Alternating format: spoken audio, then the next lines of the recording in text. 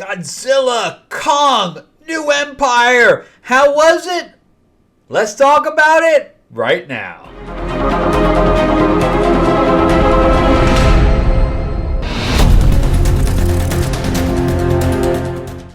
Alright, welcome back to the channel, everyone. Thank you so much for hanging with me as we talk about movies and television and comics and board games and all this kind of pop culture stuff.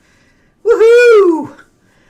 So before we do, remember to give me a like and a subscribe. I am trying to grow the channel, so if you give me that thumbs up, if you could ring that little bell, I'd really appreciate it. Any kind of engagement really does help with the algorithm. Also, I am your host, Frank Zank. I'm an award-winning screenwriter, novelist, and comic book writer. And on top of that, if you're looking for anything that I've written, of course, I am on Amazon. And if you're looking for anything I've written recently that I am signing, in the description below, you'll find a link to fund my comic, which is behind me, Lords of L.A., that's my vampire mob set in 1950s Hollywood. And that is up right now on late pledge. We were fully funded through Kickstarter, but I have a few more pages I'm doing too, so any kind of help you can give me would be appreciated. I think I'm down to 6 pages now, and we're done out of 48. And the first issue is also up there. We'll talk about more of that at the back end of this video. But let's jump into Godzilla and Kong and the New Empire and all this other stuff. So I just got back from the theater from seeing it. And I got to say that I grew up on Godzilla. And I liked King Kong and stuff like that. But I was more of a Godzilla fan, in the 70s when we were watching the Japanese versions that had the subtitles and all that stuff. I was watching all that stuff with my mom. So, in fact, she was watching something downstairs and I was upstairs, she's like, "Oh, Godzilla's on!" And I would run downstairs because you got to remember that there was no streaming back then. So whatever was on was on. If you missed it, you missed it. There was no rewind at that time. Back in the early '80s and things to that effect. So, so one of my favorites was Godzilla versus Megalon, because there was all these monsters and they were teaming up. So we had Rodan and, we had all this other stuff. And they would team up together into different groups. So you'd have the bad team versus the good team. And one would hold the other, and then, all that stuff. So it was like more of a wrestling match, I would say. It was more like a WWE situation for monsters. But, and that's why, everybody loved -1. But for me, I grew up on Godzilla being on the good team. So for him just, haphazardly destroying just to destroy, that's a whole other thing. So that's why the human portion of -1 obviously really worked. Okay, that was the highlight of the film. Otherwise, you could have put any real disaster in there, and it still would have worked because it was more about the humans. Now, let's switch gears to this movie, which is a sequel to Godzilla vs. Kong. And Rebecca Hall returns. And Gia, played by Kaylee Hottle. In fact, I think Godzilla vs. Kong was the first thing she had ever done. She was very young at the time, and now she's older. But I think this is only like her 3rd movie. So we have her, and we have a few human characters, and that's it. There's not a whole lot of human interaction here. In fact, the difference here between the other Godzilla Kong movies is that here the human characters are only there to serve the monsters. They really don't even have any other... The only plot line is Rebecca Hall trying to be a mom to Kaylee. That's the only other plot line. And, every time... The humans didn't overstay their welcomes here. Brian Tyree Henry plays that awkward guy. He's from the Eternals, where he was the inventor, and he was also on Bullet Train. He also played in Bullet Train. He's a fine actor. But here he was the most annoying character. He got less annoying as the movie went on, but in the beginning to the middle, he was pretty annoying. Fela Chen plays. They find this other group, and it's mostly going to be non-spoilers.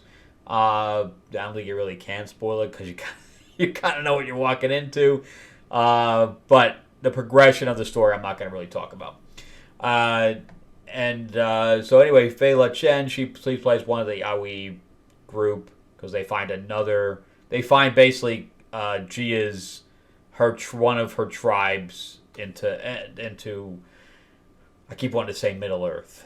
I forgot what they called it, but it was Under Earth, something like that. I keep wanting to say Middle Earth, but I know that's wrong. It's Lord of the Rings. But this underground world, I'm still wondering how there's a sky.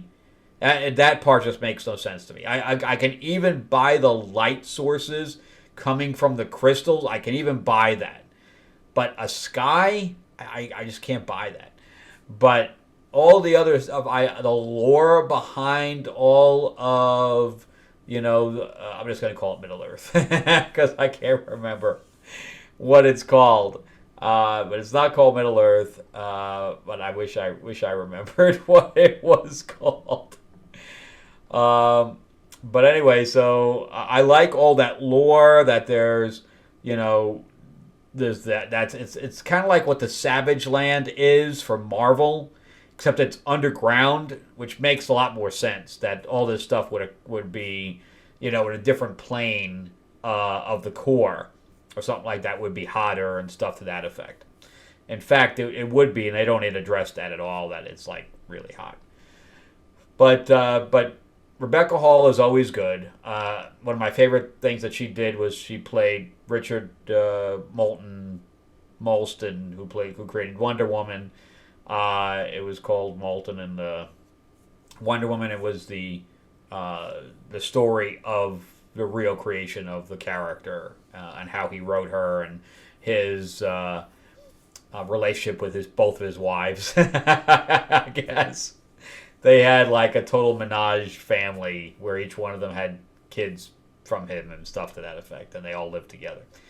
In fact, when he died, the women stayed together. So, but Rebecca Hall was his main wife. She was the one that was actually created the lie detector and things to that effect. If you haven't seen that movie, it's really good. It's definitely very insightful into that creation of that character. And Dan Stevens, he was really good in this. He had a lot of charm. I really liked him. He's from Downton Abbey. He played Crawley. Right there, he's got a great credit to his name. He also played the Beast in the Beauty and the Beast movie, the live action, of course. So then there's some characters here that I really wish wouldn't have been in here. So those were the three main ones. That was your three main characters plus the Gia. So those are your characters. You also had Rachel House, who played one of the characters in Thor Ragnarok. She played like the right hand man to like the Collector or whatever he was. I forgot what he was called, but not the Collector, but the main villain there. And she just has this huge mouth. And she totally accentuated everything. She's mostly a voiceover actress. But, she's acting and she's like, tell me what they just said. And she has, she's pointing. And so everything is just over-exaggerated with her. And I just didn't like her at all. Every time she was on screen, I'm like, please leave. Please leave. And meanwhile, she's not a pretty woman. And, there's just nothing to look at. And then Kevin Copeland plays a submarine commander. He's really good. But really, my only problem was Brian Tyree Henry overplaying it, playing kind of annoying. And then Rachel House, just her in existence in this movie was just bad. But that's it for the human side. let's jump into the writers here, because I really want to talk about this. So Adam Wingard, he directed the last one. He's directed like low-budget horror and things to that effect. And two of the writers have worked with him in the past. But they picked up Terry Rossio for this. I think he did write the last one. Let me just check that real quick. But this guy is a writer from heaven, man. This guy, he didn't do the last movie.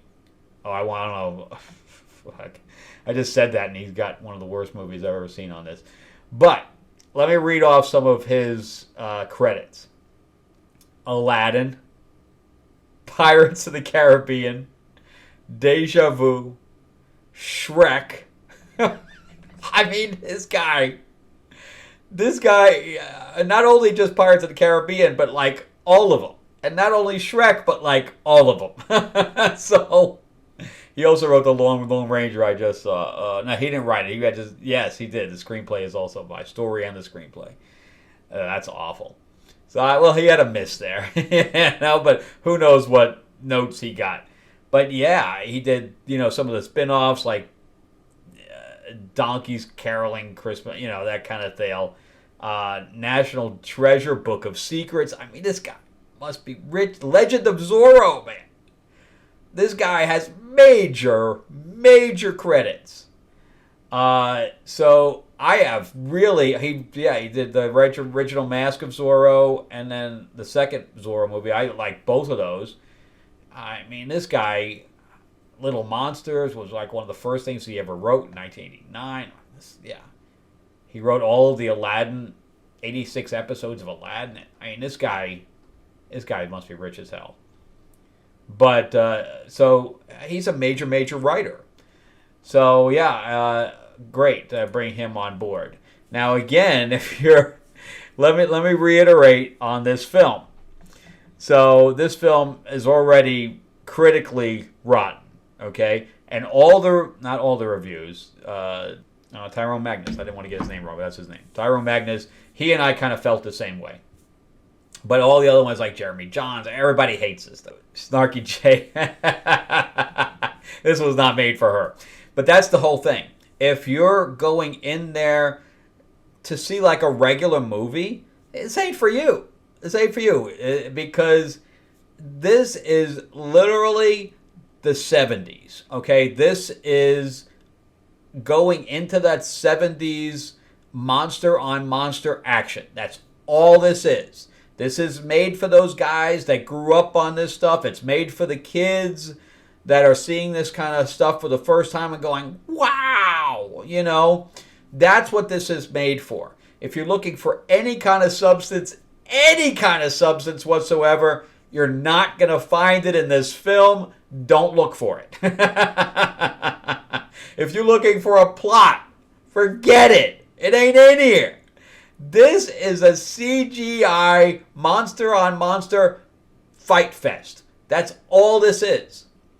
So the basic storyline is that there's some of Kong's descendants, relations, whatever, that have, I guess they lived for centuries or whatever. Monster ape, that's like the Scar King or whatever they called him. He wants to take over the upper world. And Godzilla, centuries ago, entombed them all in Middle-earth. And I keep saying Middle-earth, but I know that's not right. So they're now, because they keep going down there, they've kind of let them have, because there's all portals. There's all these portals in the under-earth that lead up to the upper earth. And which I think is cool. I kind of like all that lore. I do. I think there's plenty you can do with all that. Because it's kind of unlimited, because if it literally spans the entire crust of the earth, which also I guess some of the stuff could actually be attributed to earthquakes on the world above, where you have these monsters running around, right? Who knows what those shock waves wouldn't cause earthquakes. But anyway, so if you have that, you have an entire planet underneath that you can play with.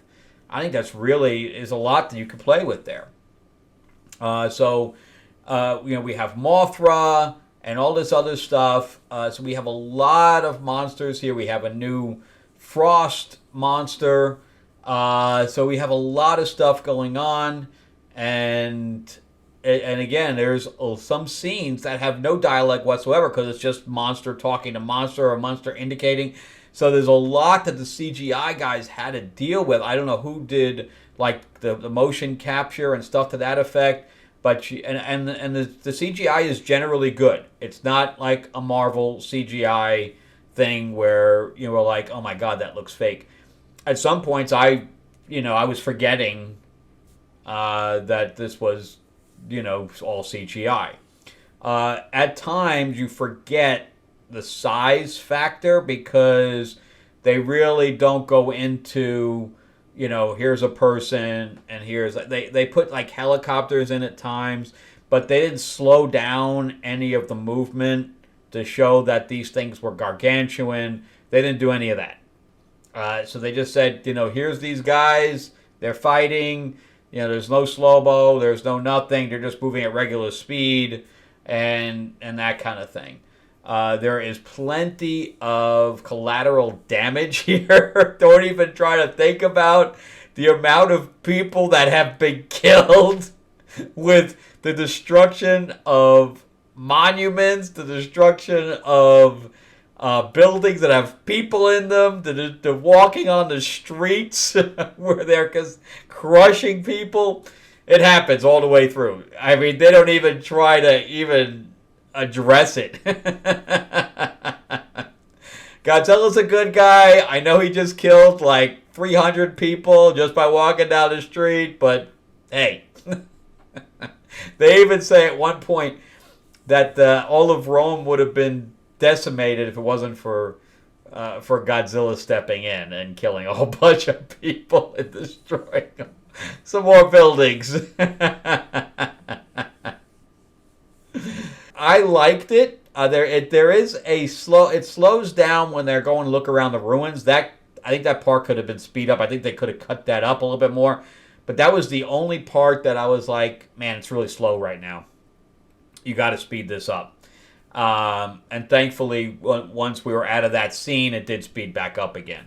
But if I could pick out that one scene that could be cut, it's when they were looking around the ruins. I was almost checked out at that point.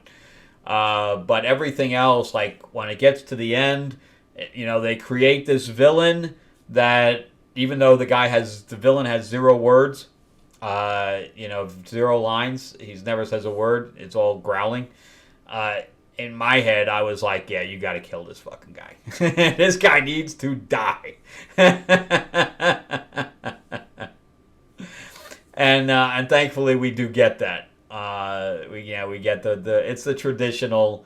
Here's the heroes. Here's the villain. The villain's got to die, and in a Die Hard kind of way. So overall, I liked it. Will you like it? I don't know. That is completely subjective. If you're not like a monster on monster action with just no storyline, then this is not for you. You're going to hate it. You're going to be bored. You're going to be like, this is stupid. Can we get out of here? That's what you're going to think. However, if you are, I love kaijus. I don't care if there's no speaking for 20 minutes. I just want to see, some brawling going on with monsters. Then you're going to like it. So this is going to be a very divisive movie. It's going to go from 2 out of 10 to 8 out of 10. And that's pretty much Starkey J's thing. She hated it. She was at 2 out of 10. Meanwhile, the person that she went with, who made a very good point, it was almost like, we were kids, knocking action figures up against one another. That's what it was like. And I agree. It's, what the imagination of a child would be if we were just talking about monsters fighting one another. I mean, that's basically it. I like the little ship that they had. stuff like that. There was a lot I liked about it, imagination-wise. And again, I thought the effects were good. It did have some very convenient pieces, like you see the glove in the trailer and on the poster that he has. They never set that up. It just kind of, oh yeah, remember that thing? They could have written that a little bit better, where we were expecting it, because it was in the trailers, in the poster. It's not like it's a surprise. You could have totally set that up. But that was like, remember that thing? Let's go get it. Yeah. And, so there's things like that it's just like, it dumbs it down even more. It's already on the dumb level. You don't need to dumb it down more. Anyway, for me, it's 7.5 out of 10. I really liked it. There's definitely a lot of scenes I would watch over. Like, after I was finished with the film, I did walk into a few of the theaters. Like, normally I was looking for a vacant theater so I could do my review, which I wasn't able to find. But I did watch the whole ending all over again. It's because it's just an action. It's just an action movie. That's all it is. So, anyway, that's it from me. Thank you guys so much for watching. I really appreciate it. Let me know what you guys think. Did you love it? Did you hate it? Am I crazy? I can't believe you like this thing. It's so stupid. That I completely understand where you're coming from if you do say that. But there are people that clapped at the end of my movie. I don't know what to tell you. It's because it's high energy, and the good guys are on top. What else do you need? Okay, also remember that Lords of LA, my vampire mob set in 1950s Hollywood, is on late pledge right now. The description has the link in it below.